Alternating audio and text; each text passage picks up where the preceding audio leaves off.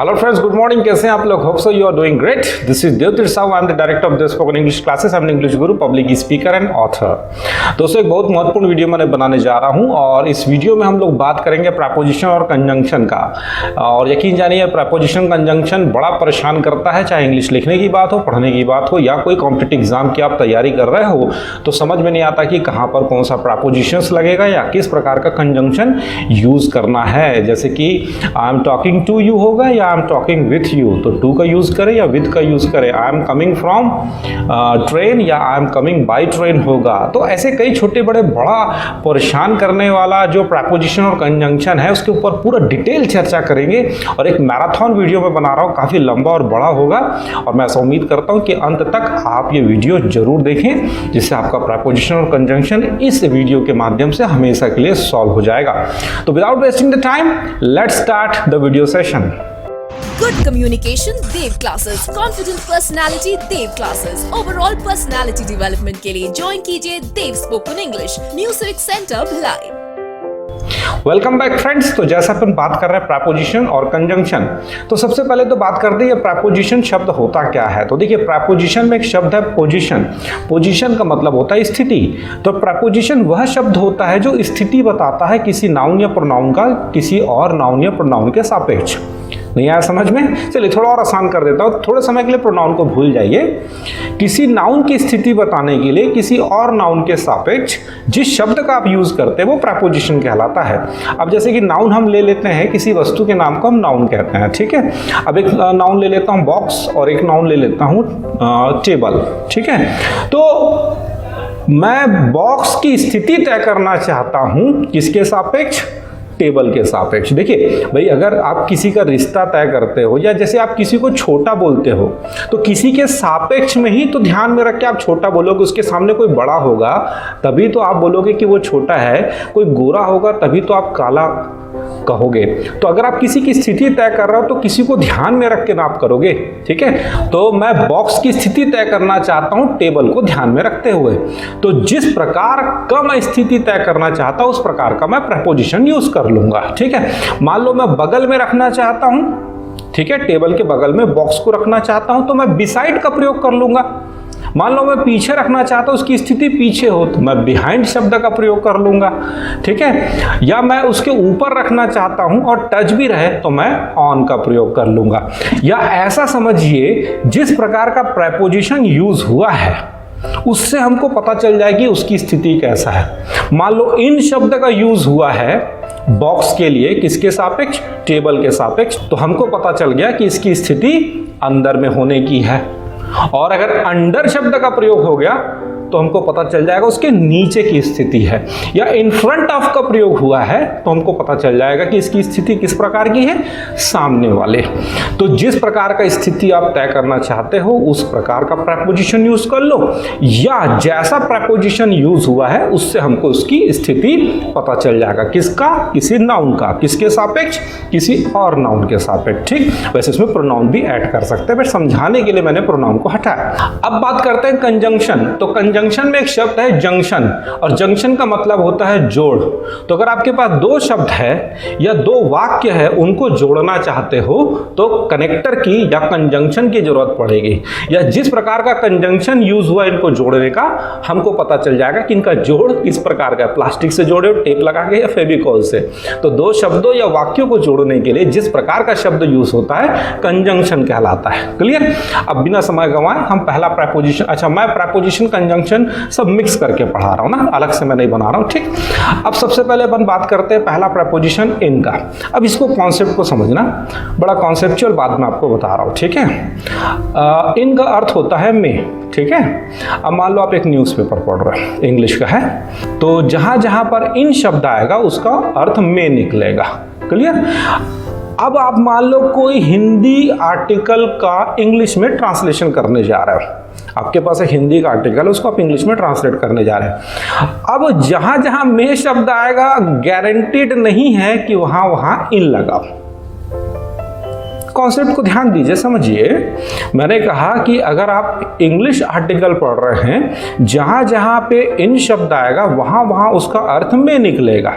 लेकिन आप हिंदी का इंग्लिश करने जा रहे हो और जहां जहां में शब्द आएगा वहां वहां इन लगे, ये गारंटेड नहीं है। हर इन का अर्थ में होता है, लेकिन हर में के लिए इन का प्रयोग किया जाए ये गारंटेड नहीं है। ये तो वही बात हो गया कि हर डॉक्टर इंसान होता है, लेकिन इसका ये मतलब नहीं कि हर इंसान को डॉक्टर कहा जाए। तो हर इन का अर्थ में निकलेगा, लेकिन हर में के लिए इन का प्रयोग नहीं करना है। तो हमको ये पढ़ना है कौन कौन से में के लिए इन लगाएं, कौन कौन से में के लिए एट लगाएं, कौन कौन से को के लिए ऑन लगाएं, कौन कौन से को के लिए टू लगाएं, कौन कौन से पर के लिए फ्रॉम लगाएं या ऑन लगाएं, कौन कौन से के लिए बाय लगेगा, कौन कौन से के लिए विथ लगेगा। हमको हिंदी टू इंग्लिश प्रेपोजिशन में जाना है ताकि हमारा इंग्लिश अच्छा हो पाए। ठीक, तो बिना समय गंवाए हम इनके बारे में पढ़ते हैं। Let's start.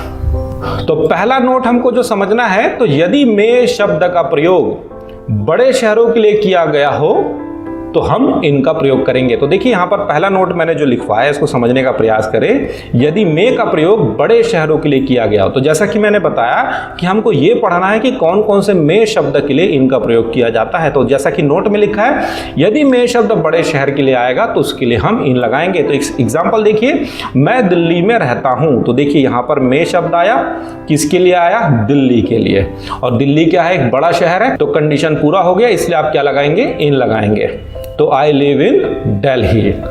अगला नोट देखिए क्या कहता है, में शब्द का प्रयोग अगर महीनों के नाम या साल या मौसम के नाम के साथ किया गया हो तो उस में के लिए हम इनका प्रयोग करेंगे। जैसे कि एग्जांपल देखिए, वह जनवरी में आएगा, तो में शब्द का प्रयोग आया, ठीक है ना, महीनों के नाम है, ये एक प्रकार का महीना है, तो आप किसका प्रयोग करेंगे? इनका। तो क्या हो जाएगा? He will come in January. Clear? एक और एग्जांपल देख लीजिए, वह 2001 में आया, तो में शब्द आया, किसके लिए? 2001। 2001 क्या है? एक वर्ष का नाम है, कंडीशन पूरा हुआ, आप इन लगाएंगे, तो ही केम इन 2001। एक और एग्जांपल देख लीजिए, तुम गर्मी में कहां जा रहे हो, तो मौसम का नाम है यहां पर, गर्मी और में शब्द लगा, तो ये में शब्द के लिए इनका प्रयोग होगा, where are you going in summer. Clear? तो ये दो नोट देखिए आपने। तीसरा नोट देखिए, तीसरा नोट ये बोलता है, यदि में का प्रयोग समय अवधि के लिए किया गया हो, टाइम ड्यूरेशन के, इफ यू आर यूजिंग में शब्द फॉर टाइम ड्यूरेशन, इनका यूज करना होगा। जैसे कि मैं 2 घंटे में आ रहा हूं, तो में शब्द आया, किसके लिए? 2 घंटा। 2 घंटा क्या है? एक समय अवधि है, और समय अवधि होने के कारण आपको इन यूज करना पड़ेगा। तो I am coming in 2 hours. अगला नोट देखेंगे, तो यदि में शब्द का प्रयोग आप किसी देश के नाम के साथ या राज्य के नाम के साथ करते हो, ठीक है, या किसी महाद्वीप के साथ अगर हो रहा है, तो आप इनका यूज करेंगे। तो जैसे कि एग्जांपल देखिए, हम एशिया में रहते हैं, तो में शब्द आया एशिया के लिए, तो we live in Asia. Clear है? तो एशिया एक महाद्वीप का नाम है, इसलिए इस में शब्द के लिए आप इन यूज करेंगे। अगला नोट देखिए, यदि में का प्रयोग नदी, ग्रह, उपग्रह, खाड़ी, घाटी, जंगल इत्यादि के लिए किया गया हो तो उस में के लिए इनका यूज किया जा सकता है। जैसे कि हम पृथ्वी में रहते हैं, ठीक है, तो में शब्द आया, किसके लिए? पृथ्वी। पृथ्वी एक ग्रह का नाम है, कंडीशन पूरा हो गया, यहां पर आपको इनका यूज करना पड़ेगा। तो वी लिव इन दी अर्थ। दी अर्थ, अर्थ के आगे द लगा, इसको दी पढ़ा जाएगा, इसके पीछे लॉजिक है, मैं बता चुका हूं आर्टिकल में। अगला नोट देखिए, यदि में शब्द का प्रयोग गांव शब्द के लिए किया गया हो, ठीक है ना कि किसी गांव के नाम के साथ। दोस्तों इस चीज को समझना, में अगर शब्द आ रहा है किसी गांव शब्द के लिए, कौन सा गांव भगवान जाने, हम नहीं जानते, we don't know the name of village, but गांव शब्द आ गया तो हम इनका यूज करेंगे। जैसे एग्जांपल में देखिए, मोहन गांव में रहता है, अब में शब्द आया किसके लिए? गांव के लिए, लेकिन कौन सा गांव? भगवान जाने। तो क्या हो जाएगा? Mohan lives in the village. तो यहां पर आपको इनका यूज करना है। क्लियर? चलिए अगला देखेंगे, यदि में का प्रयोग किसी भी शहर के लोकेशन के साथ किया गया हो, तो कोई भी अमुक शहर का अगर कोई भी लोकेशन होता है तो इनका यूज किया जाना है। जैसे कि मैं रिसाली सेक्टर में रहता हूं, तो रिसाली सेक्टर जो भिलाई है उसका एक अमुक लोकेशन है, तो आप इनका यूज करेंगे। तो I live in Risali sector. हमारा जो भिलाई बहुत सारे सेक्टर्स में बटा हुआ है, जैसे चंडीगढ़ बटा है वैसे भिलाई भी सेक्टर्स में बटा हुआ है, तो रिसाली सेक्टर सबसे बड़ा सेक्टर है, तो ये एक लोकेशन हो गया अमुक शहर का, इनका यूज हो जाएगा। अगला देखिए, किसी वस्तु के अंदर कोई दूसरी वस्तु है, मान लो कोई वस्तु के अंदर कोई दूसरी वस्तु है, तो उस में शब्द के लिए आप इनका यूज कर सकते हैं। जैसे कि डब्बे में एक पेन है, तो एक वस्तु के अंदर दूसरी वस्तु की बात हो रही है, तो में शब्द के लिए आप इनका यूज करेंगे। तो there is a pen in the box, तो वस्तु के अंदर वस्तु के लिए इनका यूज होता है अगर में शब्द आ रहा है। अगला नोट देखिए क्या बोलता है, किसी आकृति, रंग या आकार के लिए, ठीक है ना। तो में शब्द अगर किसी आकृति, रंग, कलर या है ना साइज, शेप या कलर के लिए यूज हो रहा है तो हम इनका यूज करेंगे। जैसे एक सेंटेंस देखिए, यह जैकेट 4 अलग अलग आकारों में आता है, ठीक है। जैसे अभी विंटर सीजन स्टार्ट होने वाला है तो हम बोलते हैं ना ये जैकेट 4 कलर में आता है या इस साइज में आता है, तो हम इनका प्रयोग करेंगे। This jacket comes in 4 different sizes, तो यहाँ पर जो में शब्द आया है, ठीक है ना, इस में शब्द के लिए आप यहाँ पर इनका यूज करेंगे, क्योंकि ये में जो है आकार के लिए यूज हुआ है। क्लियर। अगला देखिए, एक विश्वास, राय या रुचि या भावना को इंगित करने के लिए, तो यदि में शब्द कोई भावना यूज करने के लिए यूज हो रहा है या रुचि है या किसी प्रकार का विश्वास है, तो उस में के लिए इनका यूज करना होगा। जैसे कि मैं अगले जन्म में विश्वास करता हूं, तो यहां विश्वास की बात हो रही है जन्म के लिए, अगले जन्म के लिए, तो इस में शब्द के लिए आप इनका यूज करेंगे। तो I believe in the next life या next birth. Next 11th note देखते हैं, सुबह या शाम शब्द अगर कहीं पर भी आता है तो हम इनका यूज करते हैं। जैसे कि मैं सुबह आऊंगा, ठीक है, तो I will come in the morning, तो यहां पर इनका यूज हम लोग करते हैं और द का भी यूज होगा। तो ये पहला प्रेपोजिशन था जहां पर हम इनके बारे में चर्चा किए। चलिए अब बात करते हैं अगला प्रेपोजिशन। तो देखिए आपके सामने आ रहा है एट, और एट का भी अर्थ होता है में, लेकिन कौन सा में, तो चलिए देखते हैं। तो यदि में शब्द का प्रयोग किसी छोटे शहर के लिए किया गया हो, तो में शब्द तो आ तो रहा है, लेकिन किसके लिए, किसी छोटे शहर के लिए एट का यूज करेंगे। जैसे कि हम भिलाई में रहते हैं, तो देखिए यहां पर में शब्द आ रहा है किसके लिए, भिलाई। भिलाई एक छोटा शहर है, तो छोटा शहर के साथ अगर में शब्द आता है तो उसके लिए एट लगाते हैं। बड़े शहर के लिए इन लगता है, जो अभी आपने पढ़ा, तो वी लिव एट भिलाई, तो भिलाई छोटा शहर है। अगला देखेंगे नोट, तो यदि में का प्रयोग किसी गांव के नाम के साथ किया गया हो, ठीक है ना, कोई एक गांव है उसके साथ अगर में शब्द आ रहा है तो उसके लिए हम एट का यूज करेंगे। तो जैसे कि देखिए वह रामपुर में रहता है, तो हम मान लेते हैं कि रामपुर एक गांव है, रामपुर गांव ही होगा, शहर तो नहीं लग रहा है। तो में शब्द आया किसके लिए, रामपुर, रामपुर एक गांव का नाम है, तो गांव के नाम के साथ एट का प्रयोग होगा, तो ही लिव्स एट रामपुर। तो अगर गांव शब्द आता है तो हम इनका यूज करते हैं, और गांव का नाम आ जाता है तो एट का यूज होता है। ये फर्क है, इस चीज को आप दिमाग में बैठाएं। चलिए अगला नोट देखिए, यदि घड़ी के समय पर कोई अन्य कार्य हो रहा हो तो एट लगाकर हम बनाएंगे। मान लो कहीं पर घड़ी का समय आ रहा है एग्जैक्ट, और उससे रिलेटेड कोई काम हो रहा है तो हम एट का यूज जरूर करेंगे। जैसे मैं दिल्ली 2 बजे जा रहा हूं, तो 2 बजे घड़ी का समय और उसमें जाने की बात हो रही है, तो आप घड़ी के समय के साथ एट जरूर लगाएंगे। तो I am going to Delhi at 2 o'clock, तो यहां पर आप एट का यूज जरूर करेंगे। अगला नोट देखिए, यदि में का प्रयोग उम्र के लिए किया गया हो, तो यदि में शब्द अगर आ रहा है और किसके लिए, उम्र के लिए किया गया हो, एज के लिए किया गया हो, तो आपको एट लगाना पड़ेगा। जैसे कि वह 25 की उम्र में शादी की, ठीक है, तो में शब्द आया 25 की उम्र के लिए, तो उम्र बता रहे हो, आपको एट लगाना पड़ेगा। तो शी गॉट मैरिड एट 25, और आगे बोलने की जरूरत नहीं पड़ता है। इंग्लिश बड़ा स्वीट एंड शॉर्ट लैंग्वेज है, कम में बम रहता है, बड़ा अच्छा चलता है। तो यदि में शब्द का प्रयोग उम्र के लिए किया गया हो तो आप एट लगाएंगे, तो शी गॉट मैरिड एट 25। अगला देखते हैं नोट, एट का प्रयोग नाइट, नून या मिड डे या डॉन के बताने के लिए भी एट का प्रयोग किया जा सकता है। तो अगर नाइट शब्द आता है, नून आता है, मिडनाइट आता है, डॉन आता है, तो आप एट का प्रयोग करेंगे। जैसे कि वह दोपहर में आया, तो में शब्द आ रहा है दोपहर, दोपहर बोले तो नून, तो आपको एट लगाना पड़ेगा। He came at noon, past indefinite है। तो देखिए मॉर्निंग और इवनिंग के लिए आपका इन लगता है, फिर आपका नाइट, नून, मिडनाइट, डॉन। डॉन मतलब जब पहली किरण जो पड़ती है ना उसको हम बोलते हैं, ठीक है, वो वाला डॉन नहीं है, मुझे पहचानो मैं हूँ डॉन, 11 मुल्क की पुलिस ढूंढ रही वाला डॉन नहीं ना। अगला देखिए, एट का प्रयोग भाव बताने के लिए, किसी का रेट या प्राइस बताना है तो वहां पर भी हम एट का यूज करते हैं। जैसे एक सेंटेंस देखिए, आपको समझ में आएगा, मैं 10 रुपए किलो से बेच रहा हूं, ठीक है ना, 10 रुपए किलो के भाव से बेच रहा हूं, तो क्या हो जाएगा, I am selling at 10 rupees per kilogram. तो यहां पर आप भाव बता रहे हो, रेट बता रहे हो, तो आपको भी एट का यूज करना पड़ेगा। चलिए अगला नोट देखिए, एट का प्रयोग गति बताने के लिए भी किया जाता है, स्पीड वगैरह आप बता रहे हो ना, तो वहां पर भी हम एट का यूज करते हैं। जैसे कि वह कार फुल स्पीड में चला रहा है या 100 किलोमीटर पर आवर की स्पीड से चला रहा है, एट यूज होगा, he is driving at full speed, ठीक है, या he is driving the car at the speed of 100 kilometre per hour. तो इस तरह से भी आप बता सकते हैं, ठीक है। नेक्स्ट नोट देखिए, एट का प्रयोग अवस्था बताने के लिए भी किया जाता है। कौन सी अवस्था, तो जैसे समझिए हम युद्ध की स्थिति में हैं, ठीक है, तो वी आर एट वॉर, तो यहां पर एक स्थिति बता रहे हो, युद्ध की स्थिति, इसलिए आप एट का प्रयोग करेंगे।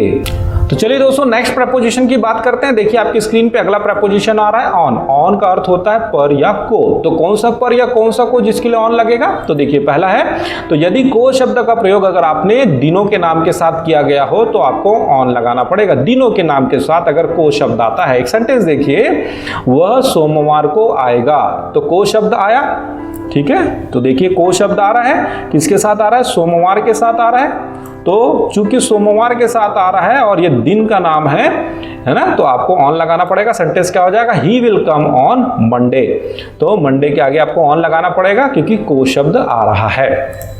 अगला देखिए, यदि को शब्द का प्रयोग जो है किसी तारीख या दिनांक के लिए किया गया हो, किसी डेट के लिए किया गया हो ना, तो आपको उस को के लिए ऑन लगाना पड़ेगा। मोहन 15 अगस्त को दिल्ली जाएगा, तो देखिए यहां पर को शब्द आ रहा है, को शब्द किसके लिए आ रहा है, 15 अगस्त, और आपको पता है 15 अगस्त एक डेट है, तो इस को के लिए आपका ऑन बनता है। तो सेंटेंस क्या हो जाएगा, Mohan will go to Delhi on 15 August, ठीक है, तो को का प्रयोग अगर दिनांक के लिए किया गया हो उस को के लिए ऑन बनेगा। अगला देखिए, अगला नोट देखिए, यदि कोई वस्तु किसी वस्तु के ऊपर हो और आपस में टच हो तो पर शब्द के लिए ऑन का प्रयोग होगा। लेट मी रिपीट, तो मान लो दो वस्तु है और एक वस्तु दूसरे वस्तु के ऊपर है और आपस में टच है, तो उस पर शब्द के लिए ऑन का यूज करेंगे। एग्जाम्पल देखिए, टेबल पर एक किताब है, तो देखिए टेबल एक वस्तु, किताब एक वस्तु, लेकिन किताब तो टेबल के ऊपर है और टच भी है, तो उस पर शब्द के लिए ऑन का प्रयोग होगा। There is a book on the table, तो ऑन द टेबल करना पड़ेगा, ऑन प्रपोजिशन यूज होगा।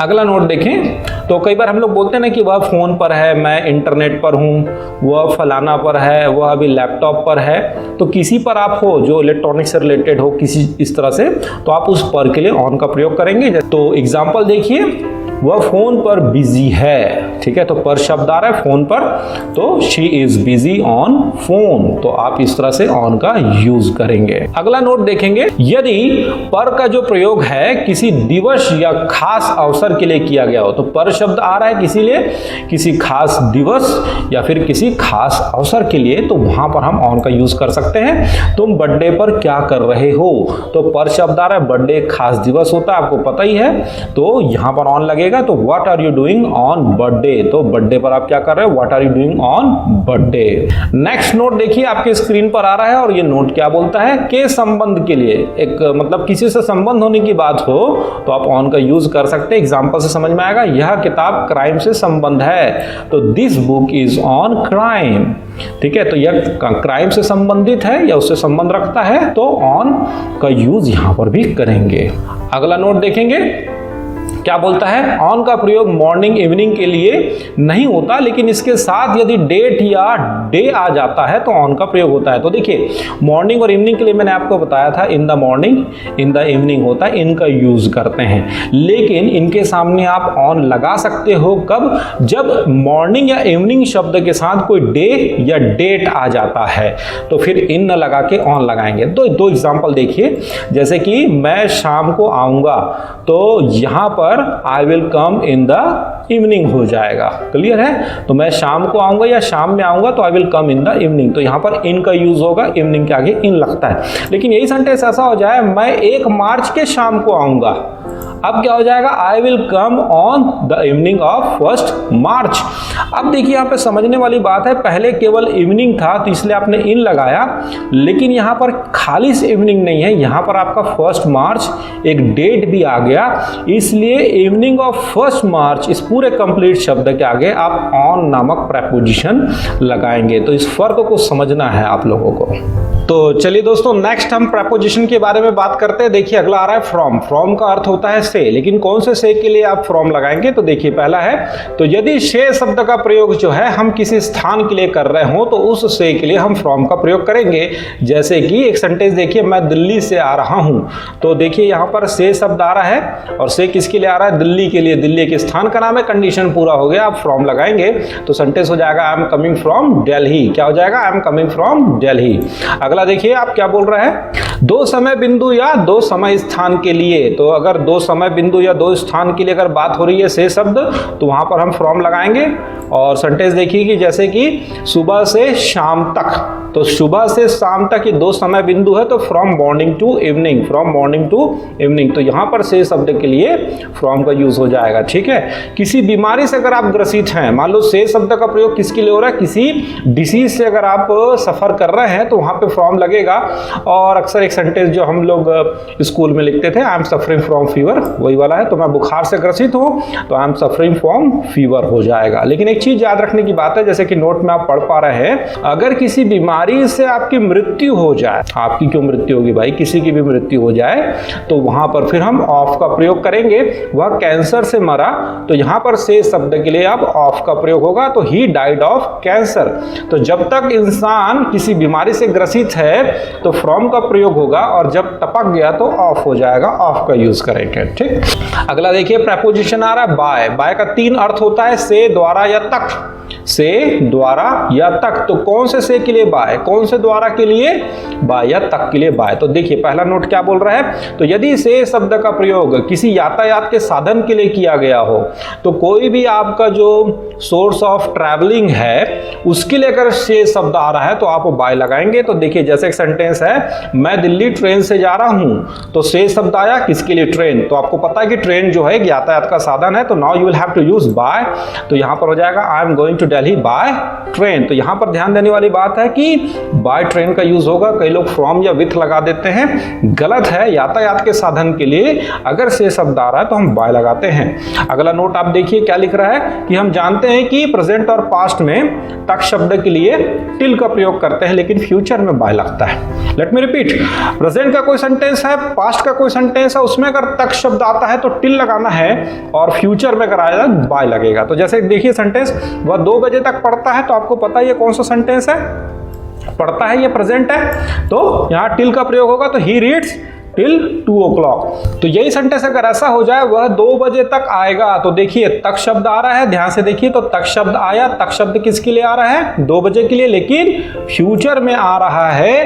तो फ्यूचर में जब तक शब्द आता है तो भाई बाय लगता है, तो he will come by 2 o'clock। तो प्रेजेंट और पास्ट में तक के लिए टिल, फ्यूचर में बाय का यूज होगा। अगला देखेंगे, पैसिव वॉइस में सब्जेक्ट को बाय लगाकर लिखा जाता है। आपको पता है कि कोई भी पैसिव वॉइस का सेंटेंस है जिसमें सब्जेक्ट द्वारा के रूप में आ रहा है, तो हम उसके लिए बाय का यूज करते हैं। तो एक एग्जांपल देखिए, रावण राम के द्वारा मारा गया, तो यहां पर सब्जेक्ट कौन है? राम, और उसके साथ आ रहा के द्वारा, तो ये पैसिव वॉइस है, इसलिए यहां पर बाय यूज हो जाएगा। Ravan was killed by Ram, तो यहां पर बाय राम का यूज होगा, पैसिव वॉइस है। ठीक है?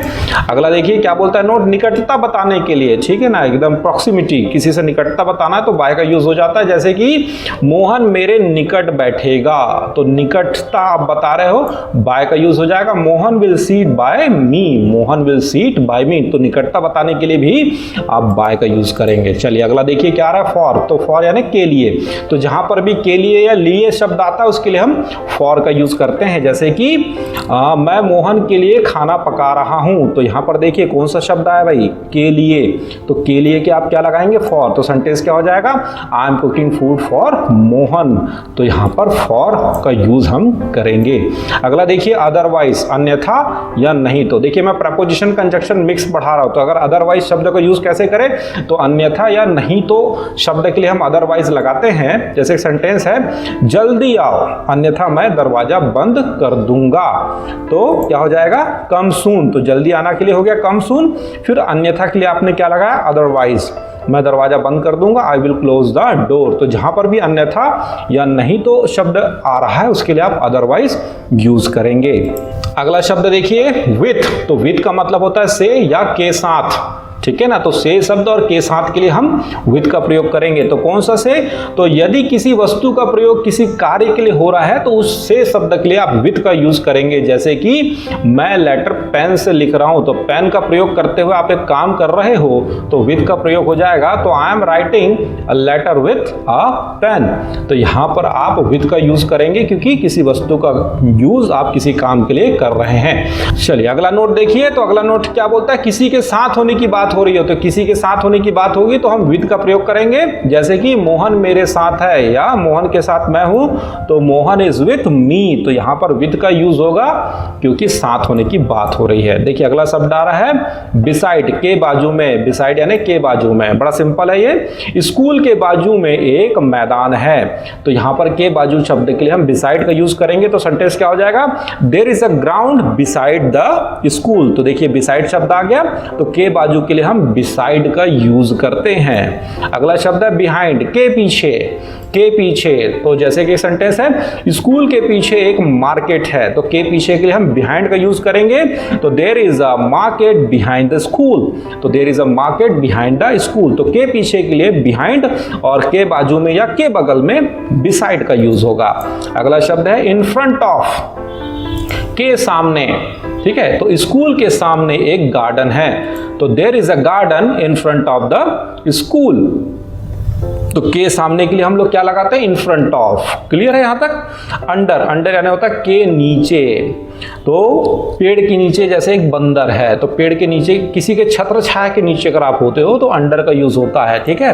तो there is a monkey under the tree, there is a monkey under the tree. तो ये सारे देखिए बड़ा आसान है, सिंपल सिंपल एक एक लाइन का, इसमें ज्यादा कंफ्यूजन नहीं है। ज्यादातर confusion in, on, at, with, from, by, ये 6 में ज्यादा कंफ्यूजन होता है, बाकी सब क्लियर कट है।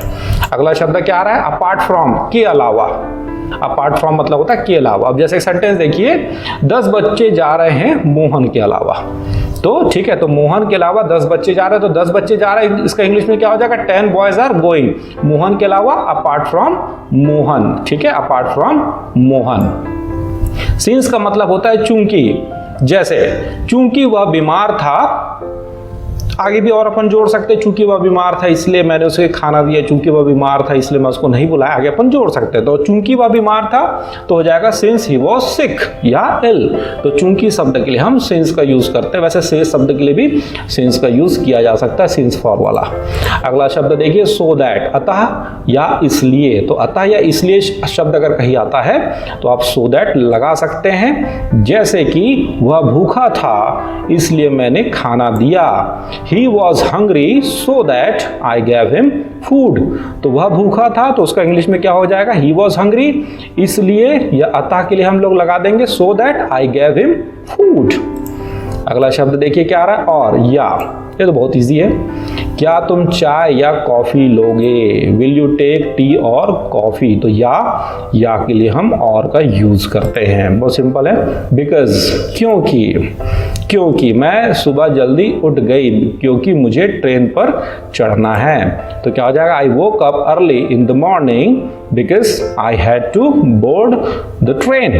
तो मैं सुबह जल्दी उठ गई, ये पास्ट टेंस है, पास्ट इंडेफिनिट, वर्ब का सेकंड फॉर्म। तो वेकअप का वोकअप हो गया यहाँ पे देखिए, है ना, इन द मॉर्निंग। बिकॉज क्योंकि शब्द आ रहा है इसके लिए आपने बिकॉज लगा लिया। आई हैड टू चढ़ना है तो I had to board the train, train पर चढ़ना या सवार होना बोर्ड लगता है। क्लियर है।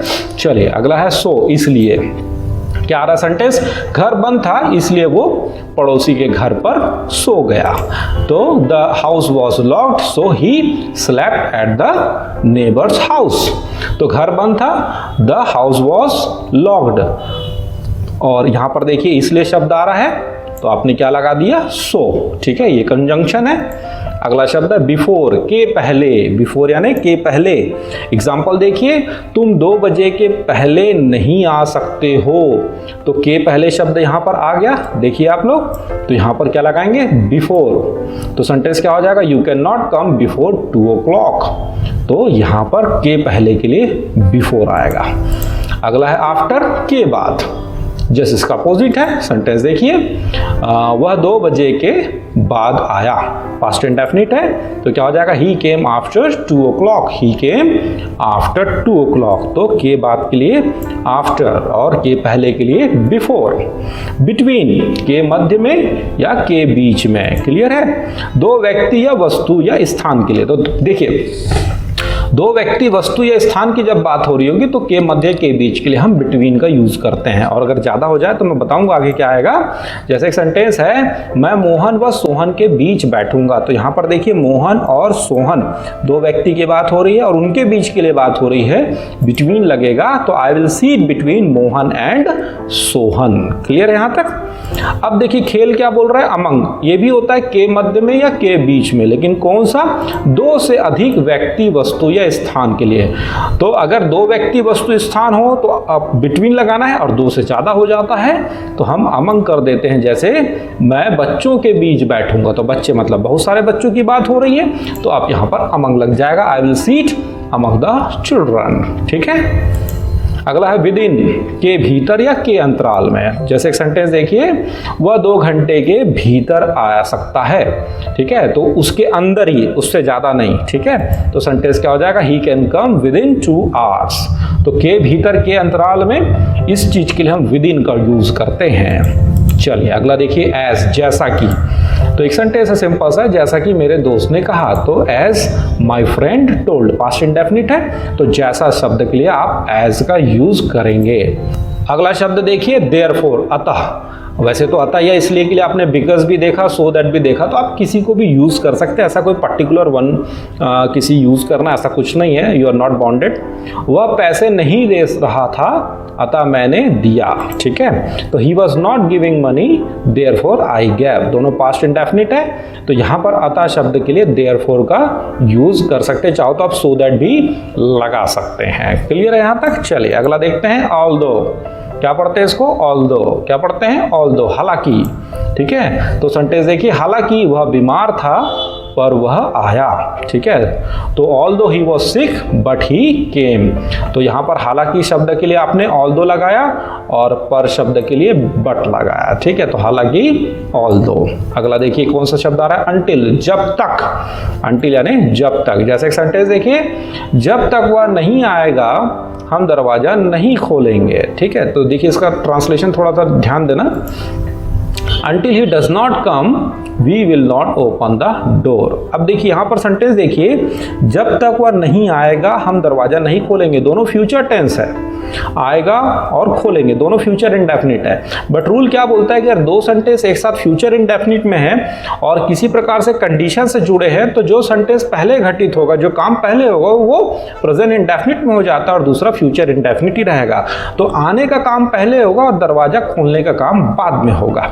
तो ये पहला जो सेंटेंस है, जब तक वह नहीं आएगा, ये प्रेजेंट इंडेफिनिट से बनेगा, तो इसका हिंदी में क्या हो जाएगा, जब तक वह नहीं आता है, आएगा की जगह आता है करेंगे। ठीक है, हम दरवाजा नहीं खोलेंगे, तो until he does not come, तो ये आपका प्रेजेंट इंडेफिनिट हो गया, इस चीज को ध्यान देना।